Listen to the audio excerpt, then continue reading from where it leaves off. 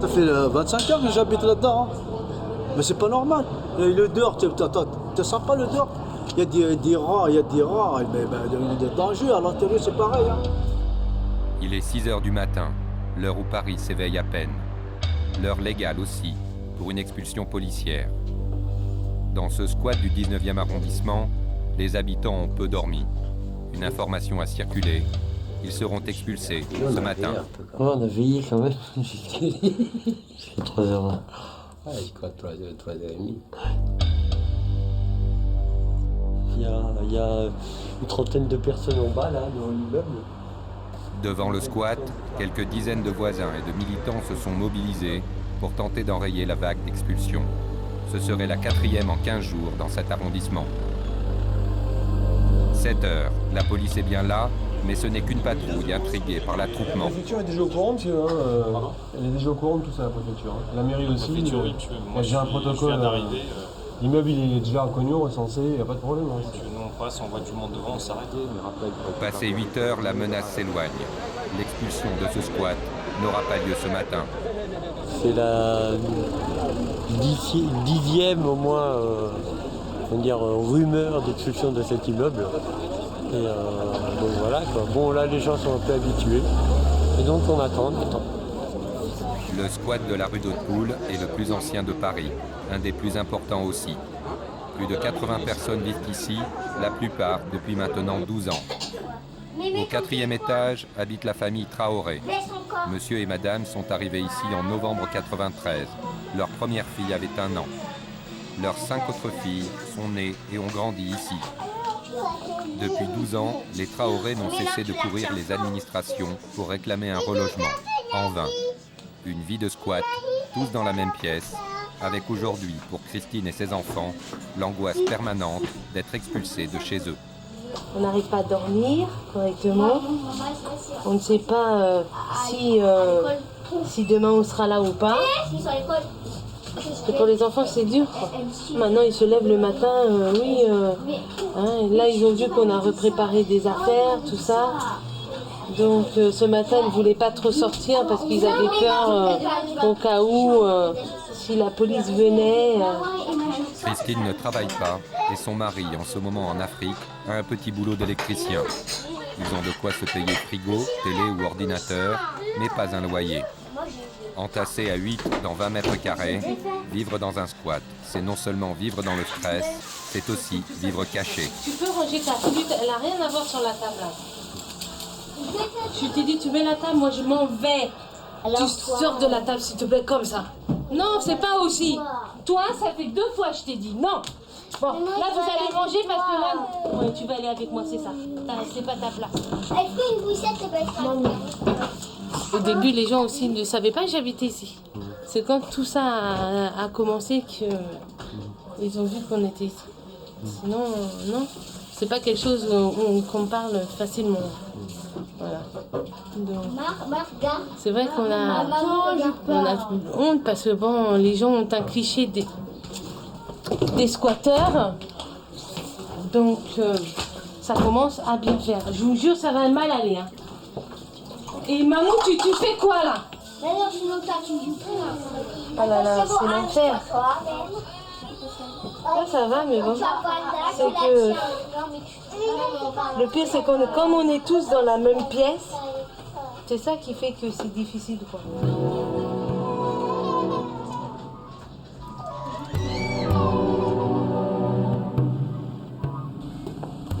Birama Sissoko est arrivé au squat de la rue d'Hautpoul il y a 6 ans. Ah, je sais pas qu'il est peut-être il dort. Il est malien, il a des papiers en règle et un travail déclaré, comme presque tous ses voisins. Délégué du squat, Monsieur Sissoko représente une communauté soudée, mais déstabilisée par la menace d'expulsion. Ouais, il y a des toilettes communes. Bon, certains ont fait installer des toilettes à l'intérieur de chez eux. Mais toujours est-il qu'au départ, c'était les toilettes communes pour tout le monde.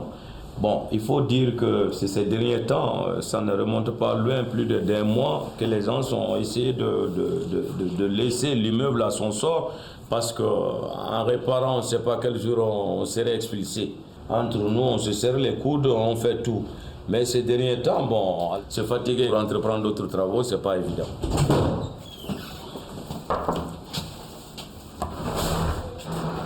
Ici, chacun participe à l'entretien de l'immeuble selon ses compétences, plombier, électricien ou femme de ménage. Tous s'entraident, mais tous sont impuissants face aux graves problèmes d'insalubrité. Vous voyez ça? Ça, c'est l'humidité. Et comment vous faites vivre là-dedans? C'est mauvais pour les enfants. C'est mauvais. C'est mauvais. Ça ne nous honore pas de rester dans de telles situations. On a beau faire, on ne peut pas mettre ça à l'état neuf, très propre, c'est pas possible. C'est pas possible.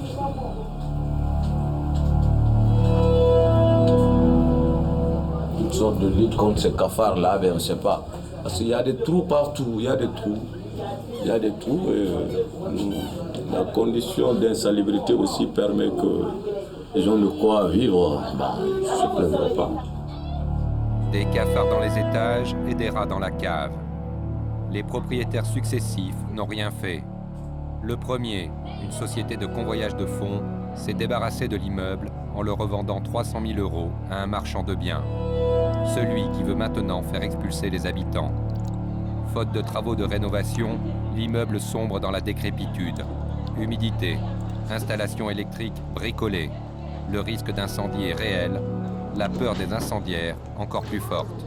Face aux incendies d'origine criminelle, on ne sait pas. Alors, on a mis une serrure à la porte. Ça permet aux chefs de famille maintenant de pouvoir dormir. Sans ça, on était contraint à veiller dans la rue par peur des incendiaires. On a fait par peur des incendiaires. Écarter le risque d'incendie, lutter contre la menace d'expulsion, les habitants du squat de la rue d'Haute-Poule ont désormais décidé de se battre et pour cela de s'organiser. Ces travailleurs immigrés, squatteurs, longtemps marginalisés, apprennent sur le tas à défendre leurs droits. Ils ont créé un collectif et rallié quelques soutiens de partis politiques ou d'associations. Ce soir, réunion de crise avec Didier, un bénévole de l'association Droit au logement, qui depuis 3 ans les accompagne dans leurs démarches et leurs combats. Au stade animal, nous nous sentons traqués comme des animaux. Nous sommes traqués comme des animaux. Tous les matins, tu te dis qu'aujourd'hui c'est le jour J. Tu as été chez moi. Frigo, téléviseur et tout, on a envoyé, on a enlevé tout. Mais on vit comment maintenant? On vit comme des animaux. On se dit, c'est demain. Alors, on reste éveillé, les enfants ne dorment pas. Même mes enfants, moi, quand tu me vois me démêler comme ça, ils se demandent il y a quoi? Et je dis, mais on ne sait pas si on sera expulsé ou pas. Il y a tout le temps un risque d'évacuation, un risque d'expulsion. Il faut que les gens se sentent prêts à venir vous soutenir en cas de pépin, que vous faites ces rassemblements pour effectivement rester mobilisés. Mais il faut tout le temps garder quand même, faut tout le temps garder le moral, quoi, parce que sinon si vous dites ouais, on est démoralisé, ça va pas motiver les gens, si vous voulez, d'accord?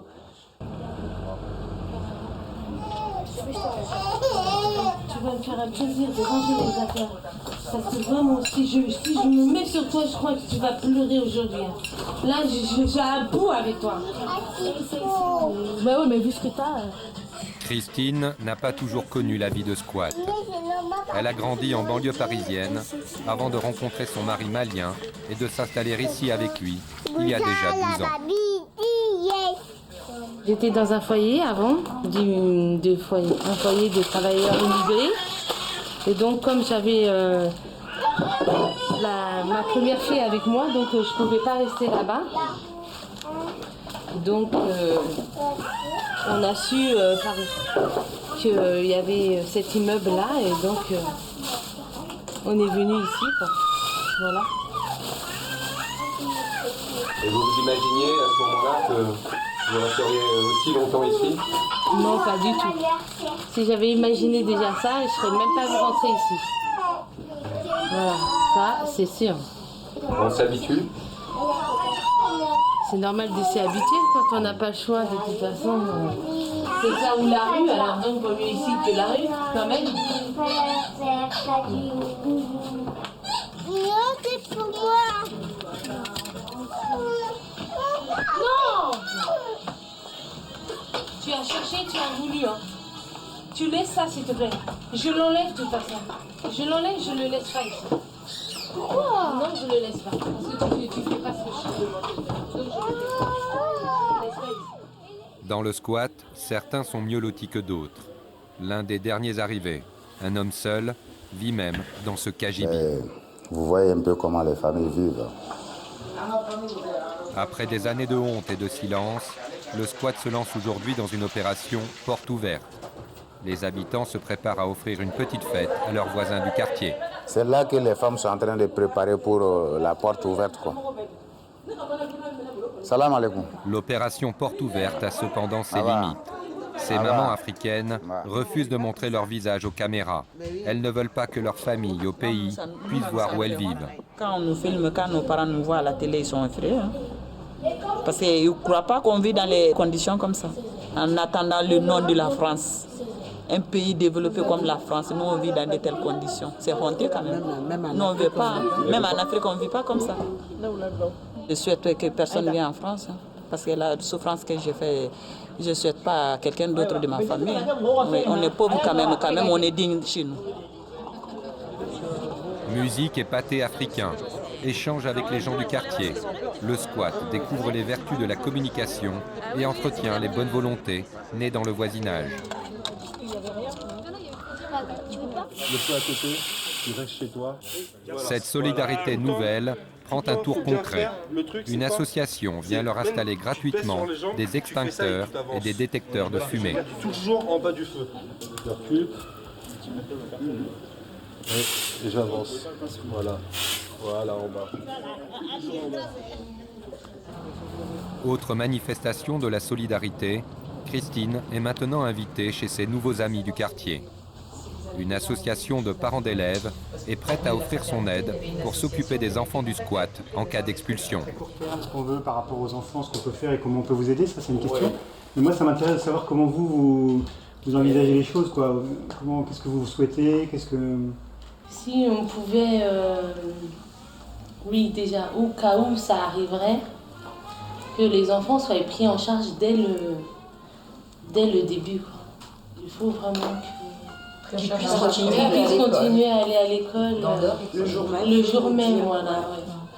Dans l'heure qui suit, voilà. Tu peux prendre ce que tu veux. Pour après, la solidarité dans ce cas-là, elle prend diverses formes. Ça peut être aller prendre une douche, laver du linge, exactement. Réceptionner des affaires. Parce que les enfants sont vachement perturbés, quoi. Cette même semaine, dans ce même 19e arrondissement, la même menace d'expulsion plane sur un autre squat, encore plus délabré, au 13 passage de l'Abri. Ça fait 25 ans que j'habite là-dedans. Hein. Mais c'est pas normal. Le dehors, tu sens pas le dehors. Il y a des rats, il y a des rats. Mais il y a des dangers. À l'intérieur, c'est pareil. Hein. Ici aussi, l'information a circulé. Les habitants se préparent. Ils seront expulsés demain, à l'aube. Certains ont vu leur demande de relogement subitement s'accélérer et ils peuvent déménager. Mais d'autres, sans solution, attendent l'expulsion dans l'angoisse. Ils disent que lundi ce sera l'expulsion et voilà. Ça me fait un peu peur parce que vu que j'ai jamais vu une expulsion, peut-être qu'on sera évacué. Je sais pas. Franchement, je comprends rien là. C'est la galère pour nous. Parce qu'il y a des enfants à l'école, donc ils se moquent des enfants qui habitent dans des immeubles insalubres. Et moi, je vois pas pourquoi ils se moquent. C'est pas normal. Regarde, partout, il y a des plombs. Des plombs. Où ça? C'est pas possible. Regarde, il y a des plombs en haut. Même si c'est insalubre, il y a des rats. C'est dégueulasse. C'est les souris qui dérangent un peu. Parce que dans des conditions comme ça, on ne peut pas vivre et c'est très très difficile. S'il faut sortir aller prendre l'eau, je suis désolée, ça fait pas très très beau. Surtout. Vous avez quel âge? Moi j'ai 8 ans.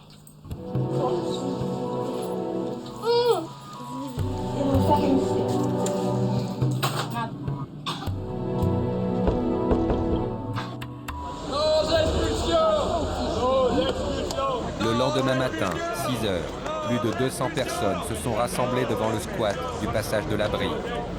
Des voisins, des soutiens, mais aussi des élus. Il y a encore des familles au 13 passage de l'abri. Et nous faisons confiance aux autorités pour que tout le monde soit logé.